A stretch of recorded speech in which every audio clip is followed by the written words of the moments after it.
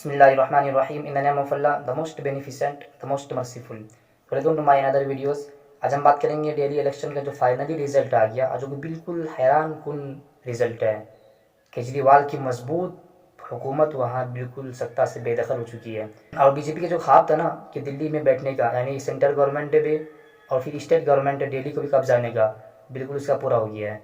यानी 25 साल बाद, करीब 26 साल बाद बीजेपी पार्टी पावर में आई है दिल्ली में। बीजेपी की मात्र 8 सीट थी, कैसे मतलब 58 सीट बीजेपी का गई और फिर मतलब केजरीवाल 22 सीट पर ही सिमट के रह गया। क्या स्ट्रेटेजी है, क्या टेक्नोलॉजी समझिए अरविंद केजरीवाल की। हम अपने टॉपिक का स्टार्टिंग करने से पहले हम दो चीज़ का खुलासा कर दे रहे हैं। एक तो बेगाने के शादी में अब्दुल्ला दीवाना, यानी मुसलमान जो कि अरविंद केजरीवाल को देख कर कि सरकार तो हमारी बन रही है, हम एक दो सीट जीता कर क्या करेंगे, कोई फ़ायदा नहीं है, तो सरकार जिसकी बननी उसी को वोट देंगे। और दूसरों की शादी में उछल रहे थे, यानी दूल्हा दुल्हन की शादी है मगर उछल कौन रहे, मुसलमान। तो वही वाला मामला है कि बेगाने के शादी में अब्दुल्ला दीवाना। दूसरा है कि 100 चूहे खाकर बिल्ली हज को चली, ये कांग्रेस के ऊपर फिट होती है और ऐसे तमाम 100 करोड़ सेकुलर पार्टीज पर कि जब इलेक्शन पार्लियामेंट का हुआ तो बीजेपी का जो मुकाबला हुआ 1 बाई 1, आइडियोलॉजी का मुकाबला बिल्कुल आइडियोलॉजी का हुआ। तो बीजेपी कहाँ 400 का नारा देने वाली और 300 सीट से जायद एमपी उनके थे 2019 से पहले, 2019 तक। वो तो शुक्र है कि मतलब तीसरी बार सरकार बनाने में कामयाब और सक्सेस रही, वो भी किसी दूसरे के सहारे, नीतीश कुमार नायडू के सहारे। मगर कहीं ना कहीं पार्लियामेंट इलेक्शन से बीजेपी की पार्टी बिल्कुल कमज़ोर पड़ गई थी।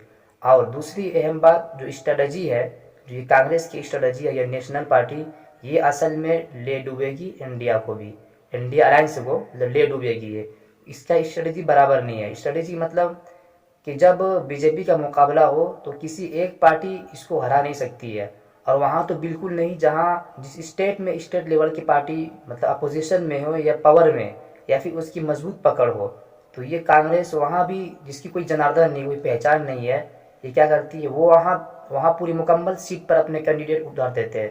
यानी वहाँ ये दोनों से मुकाबला करते हैं। एक तरफ देखा जाए, ज़ाहिर सी बात है, जब कैंडिडेट उतारेंगे कांग्रेस वाले तो मुकाबला उससे भी होगा, बीजेपी से फाइट होगा, दोनों से होगा। अरविंद केजरीवाल हो या फिर कांग्रेस हो, दोनों का आपस में मुकाबला होगा तो बीजेपी बीच में बीजेपी आराम से निकल जाएगी। यही हाल तो हुआ था हरियाणा में। अरविंद केजरीवाल वहाँ चले गए क्योंकि इंडिया अलायंस का हिस्सा था, मगर उनको भी शौक था कि दिल्ली मॉडल हर जगह प्रचार करने का, तो जाकर कांग्रेस को हरा कर आ गए दिल्ली। गुजरात चले गए अरविंद केजरीवाल, वहाँ किसको नुकसान किसको फ़ायदा हुआ सब जानते हैं। जब इंडिया अलायंस फाइट कर रही है वहाँ कांग्रेस या जो भी वहाँ की स्टेट लेवल से पार्टी है, मजबूत पार्टी, अगर आपको जा रही था तो इंडिया अलायंस एकदम गठबंधन में शामिल होते, मगर नहीं, कौन सा भूत सवार हो जाता है मतलब हर जगह अपनी हुकूमत बनाने की, दूसरों की नहीं बल्कि सेकुलर माइंड सेट और इंसाफ पसंद लोग उनको वोट करते हैं, चाहे मतलब अरविंद केजरीवाल हो या फिर जितने भी सेकुलर पार्टी हो। तो डिवाइड होता है और बीच में बीजेपी निकल जाती है। यही काम हुआ महाराष्ट्र में भी, और हमारे झारखंड में अल्हम्दुलिल्लाह इससे बच गया। इसीलिए बच गया कि वहाँ अगर कांग्रेस गठबंधन नहीं करती, वहाँ भी कांग्रेस अगर अपने ही मनमानी, अपने ही गुरूर और तकब्बुर में आकर अगर वो अपने पूरे सीट पर अगर कैंडिडेट्स खड़े कर देते कांग्रेस, याद रखिए झारखंड में मतलब मुफ्ती मोर्चा की पार्टी वो नहीं बन पाती, मुफ्ती मोर्चा की वो भी आज कहीं ना कहीं मतलब, और बीच में जब फाइट होता मतलब मुफ्ती मोर्चा और कांग्रेस का, तो बीच में ये बीजेपी वाले निकल जाते। खुद अपनी कॉन्स्टिट्यूंसी की बात कर रहा हूँ। तो ये स्ट्रेटजी रही है, और तो शुक्र है गठबंधन में जब तक नहीं आएंगे, क्योंकि कांग्रेस के चलो झारखंड में कुछ जनार्दन भी है, मगर दिल्ली में जब कोई वहाँ जनार्दन ही नहीं था, मिसाल दे रहा हूँ, सिर्फ एग्जांपल दे रहा हूँ कि झारखंड में कोई जनार्दन था, चलो अगर पूरी सीट पर लड़ भी रही तो कुछ बनता है, मगर दिल्ली में क्या, दिल्ली में तो आपका एक भी एमएलए नहीं है, एक भी सीट आपके अंडर में नहीं है, तो कैसे पूरे 70 सीट पर आप लड़ सकते हैं। इसका मतलब अपने गुरूर और तकब्बुर में नेशनल पार्टी नेशनल और कटवा पार्टी साबित हो रही है। हर स्टेट में जाकर गठबंधन नहीं कर रही, अपनी मनमानी करके बीजेपी को फ़ायदा पहुंचा रही है। यही तो कांग्रेस की स्ट्रेटजी है। अगर बीजेपी को हराना है, शायद ये खुद नहीं चाहते कि बीजेपी हार जाए, बीजेपी वो तो सिर्फ पार्लियामेंट इलेक्शन में जब मुकाबला हुआ, फाइट हुआ, तो बीजेपी कमज़ोर पड़ गई। किसी भी स्टेट में अगर इलेक्शन हो तो इंडिया अलायंस और बीजेपी यानी 1 बाई 1 जब इलेक्शन होगा तो बीजेपी हारेगी और बीजेपी कमज़ोर हो जाएगी। अभी जितने भी सबसे ज़्यादा तो बीजेपी की पार्टी है अदर अदर स्टेट में, तो वहाँ भी वो निकल जाएगी अगर इस तरह स्ट्रेटजी रहा तो। मगर ये लोग क्या करते हैं, आपस में ही लड़ जाते हैं। स्टेट की जो इलेक्शन होता है उसमें आपस में ये लोग लड़ जाते हैं, तो बीजेपी को फ़ायदा होता है। और बीजेपी उसका खूब फ़ायदा उठा के मतलब सरकार वहाँ बनाती है और मजबूत होती है। चाहे वो यूपी का मामला देख लो, तो ये लोग खुद नहीं चाहते होंगे शायद कि स्टेट में बीजेपी कमज़ोर पड़े, मेरा मानना है। ये अंदर से मिले हुए तब, अगर इसके लिए स्ट्रेटेजी नहीं है, अगर ये मानते हैं कि बीजेपी को यहाँ से हटाना है, बीजेपी को ना सिर्फ सेंट्रल गवर्नमेंट यानी स्टेट गवर्नमेंट से धीरे धीरे बीजेपी को कमज़ोर करना है, अगर ये स्ट्रेटजी है तो इस पर अमल करना होगा कि बीजेपी के साथ 1 by 1 का मतलब फाइट हो। ऐसा ना हो कि मतलब 1 2 2 3 का मतलब फाइट और बीजेपी निकल जाए बीच में। अगर ऐसा हुआ तो समझ लीजिए मुझे शक है आपके आइडियोलॉजी पर कि शायद आप नहीं चाहते हैं कि मतलब बीजेपी हारे, बीजेपी कमज़ोर हो जाए, आप खुद नहीं चाहते। तो वही वाला हाल है, 100 चूहे खाकर बिल्ली हज को चली। अभी खूब चूहे खा रहे, अलग अलग स्टेट में आप नुकसान पहुंचा रहे जाके, चाहे वो पहुंचा रहे या फिर कोई और आपको पहुंचा रहे हैं, पहुंचा तो रहे इंडिया अलायंस से ना। उसके बाद जब अभी चूहे खाएंगे, जब पार्लियामेंट का इलेक्शन होगा प्राइम मिनिस्टर का, तब माशाल्लाह आप वही वाला मामला है कि 100 चूहे खाकर बिल्ली हज को चली, तब हज को चले जाएंगे आप, तो हम पार्टियों को बोलेंगे आ जाओ शामिल हो जाओ इंडिया अलायंस में शामिल करके, तो फाइट करेंगे। तो इससे कुछ होने वाला नहीं है। फिर हज को चले जाएंगे और फिर मतलब पैदल यात्रा करेंगे अपनी ताकत दिखाने के लिए, तो इससे कुछ नहीं होने वाला जब तक कि बीजेपी को मतलब नेशनल लेवल से भी और मतलब स्टेट लेवल से भी मतलब उसको उसकी ताकत को मतलब कमज़ोर कराया जाए। जब तक कि बीजेपी नेशनल लेवल से और स्टेट लेवल से उनकी उसकी ताकत कमज़ोर नहीं पड़ेगी, उस वक्त तक मतलब बीजेपी कमज़ोर नहीं होने वाली है। ये आप भूल जाए कि मतलब हम नेशनल लेवल से फाइट करेंगे और स्टेट लेवल से आपस में ही लड़ेंगे, तो लड़ो।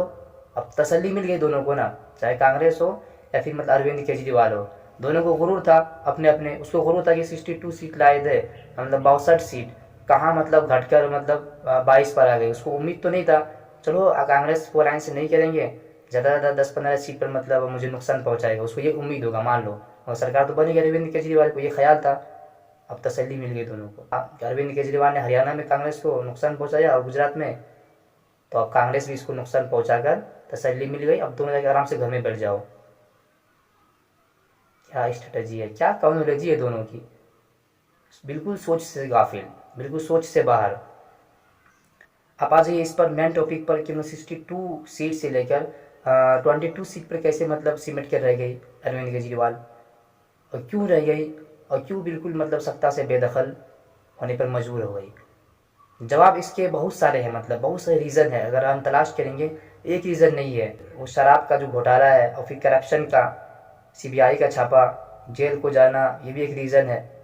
उसके बाद तबलीगी जमात के ऊपर एफआईआर कराना, तो मुसलमान उससे भी नाराज़ थे कहीं ना कहीं। मुस्लिम कॉन्स्टिट्यूंसी में कैंपेनिंग नहीं करना, अब किस लिए नहीं कहने मालूम, शाहीन बाग में जब हो रहा था प्रोटेस्ट, तो उसके ऊपर अपना बिल्कुल अपनी ओपिनियन नहीं रखना, शाहीन बाग के ऊपर कुछ बोलना नहीं, और शाहीन बाग के ऊपर उल्टा ये बोलना कि वो तो शुक्र है दिल्ली पुलिस सेंट्रल गवर्नमेंट में मेरे अंडर में रहती, 2 घंटे के अंदर में हम शाहीन बाग को खाली करा देते। ये आपकी स्ट्रेटजी है, इसमें लीजिए हिंदुत्व वाली आइडियोलॉजी है, बिल्कुल सॉफ्ट है हिंदुत्व वाली, कि मुस्लिम कॉन्स्टिट्यूंसी में आप बिल्कुल नहीं आना, और शाहीन बाग के ऊपर इस तरह मतलब आपकी स्ट्रेटजी आइडियोलॉजिकल जो मुसलमान इख्तिलाफ कर रहे थे अरविंद केजरीवाल को 10 साल में जो देख रहे थे उसकी कारकिर्दगी, किस तरह तबलीगी जमात से लेकर शाहीन बाग पर उसका ओपिनियन और क्या उसका रोल रहा है, तो इस चीज़ से नाराज़ होकर जब कांग्रेस वहाँ 70 सीट पर अपनी कैंडिडेट खड़े किए, तो एक तीसरा विकल्प उसको मिला मुसलमानों को, जो मुसलमान नाराज़ थे उसी ने उसको वोट दिए कि हम अरविंद केजरीवाल को नहीं देंगे। तो तीसरे विकल्प के तौर पर चाहे वो 2 सीट पर एमआईएम को दिए, बाकी 68 सीट पर कांग्रेस को उन्होंने दिया, जो मुसलमान नाराज़ थे अरविंद केजरीवाल से। तो कांग्रेस को जो मतलब 6000 कहीं 4000 कहीं 5000 कभी 9000 कहीं 10,000 इससे ज़्यादा तो वोट मिला नहीं उनके कैंडिडेट को, तो इसका जो मतलब फ़ायदा हुआ सीधा सीधा बीजेपी को हुआ। ये कहीं ना कहीं गुरूर होगा, या गुरूर में आकर कांग्रेस को अपने अलायंस में शामिल ना करना गठबंधन में, कि हम तो मतलब जीतेंगे ही, कहाँ मतलब 62 सीट, इतने तो कम नहीं हो पाएंगे। मगर खुद जब कांग्रेस लड़ी, ऑप्शन अगर मुसलमानों को मिला, तो मुसलमानों ने चाहे 5,000 वोट दिए, 6,000 दिए, मगर दिए तो सेकुलर माइंड सेट रखने वाले, इंसाफ पसंद, चाहे हिंदू या मुसलमान हो। अगर वो कांग्रेस नहीं रहती वहाँ, तो अरविंद केजरीवाल को वोट जाते, जिसके नतीजे में नई दिल्ली की सीट खुद अरविंद केजरीवाल नहीं हारते, मात्र 4,000 वोट से। कांग्रेस के कैंडिडेट संदीप दीक्षित मतलब वो 6,000 वोट लेकर बैठे हैं। तो अरविंद केजरीवाल खुद अपने सीट को नहीं बचा पाए, अपने स्ट्रेटजी की और गलत स्ट्रेटजी की बुनियाद पर अपनी सीट हार गई वो मात्र 4000 वोट से। उसके डिप्टी चीफ मिनिस्टर दिल्ली के मनीष सिसोदिया वो भी अपनी सीट को हार गए मात्र कुछ 3-4 हज़ार वोट से। अब वही मतलब 7000 वोट करीब करीब कांग्रेस कैंडिडेट लेकर आए।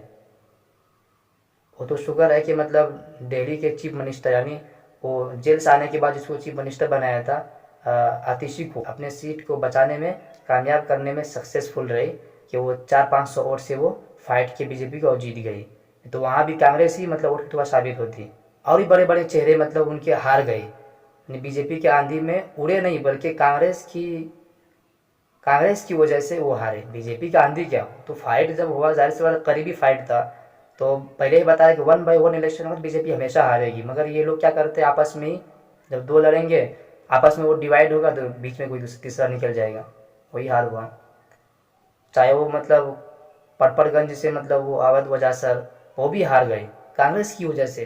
कांग्रेस को भी जो कहीं ना कहीं गुरूर होता है हमेशा, जब वहाँ उसकी कोई जनार्दन नहीं, कोई मजबूत नहीं उसकी पार्टी की कांग्रेस की, वहाँ भी वो बिल्कुल 70 सीटों पर इलेक्शन लड़ेगी वो और फिर नुकसान पहुँचाएगी इसको। वहाँ जो स्टेट लेवल की पार्टी है यानी अरविंद केजरीवाल उनको नुकसान पहुँचाया और क्या किया उन्होंने, और फायदा किसको हुआ बीच में, बीजेपी को। तो ये है नेशनल लेवल का वोट कटवा और बी टीम पार्टी कांग्रेस, ये हमेशा करती आ रही है। जहाँ उसकी कोई पहचान नहीं है मगर वहाँ भी वो लड़ेगी और गठबंधन नहीं करेगी वो कम्प्रोमाइज़ करके, अपने ही जिद पर जो भी है उनकी आइडियोलॉजी वो वहाँ अपने कैंडिडेट को खड़ा कर देंगे पूरे को, इसका फ़ायदा हो जाएगा बीजेपी को। ये उसकी स्ट्रेटजी है, बिल्कुल गलत स्ट्रेटजी है ये तो हमारे झारखंड में बच गए, नहीं तो अगर वहाँ भी पूरे अगर गठबंधन में नहीं रहते कांग्रेस तो वहाँ भी बीजेपी आ जाती। झारखंड में जीतने का राज यही है कि मतलब वहाँ स्टेट लेवल की पार्टी हमारी मुक्ति मोर्चा और फिर कांग्रेस दोनों गठबंधन में है, तभी वो जीत कर मतलब अभी गवर्नमेंट बनाई है। नहीं तो अगर ये दोनों अगर अलग होकर अगर लड़ते चुनाव तो बीच में बीजेपी निकल जाती। पता नहीं क्या नज़रिया है कि मतलब 100 चूहे खा के बिल्ली हंस को चली वाला। अभी खूब आपस में लड़ेंगे, चूहे खाएंगे, उसके बाद जब मतलब पार्लियामेंट का इलेक्शन होगा तब सबको दावत देंगे इन्वाइटेड, फिर तब इंडिया अलायंस के नीचे सब एक प्लेटफार्म पर आकर फिर बीजेपी से फाइट करेंगे। बजाय कि अभी फाइट करें स्टेट लेवल से उनको बीजेपी को कमज़ोर करे, कौन सी स्ट्रेटजी है पता नहीं। खैर आप इस पर क्या सोचते हैं, आपका क्या नज़रिया है, आपका क्या ओपिनियन है, अपने ओपिनियन को ज़रूर और कंपलसरी कमेंट सेक्शन में अपनी ओपिनियन ज़रूर शेयर करें। अस्सलाम वालेकुम।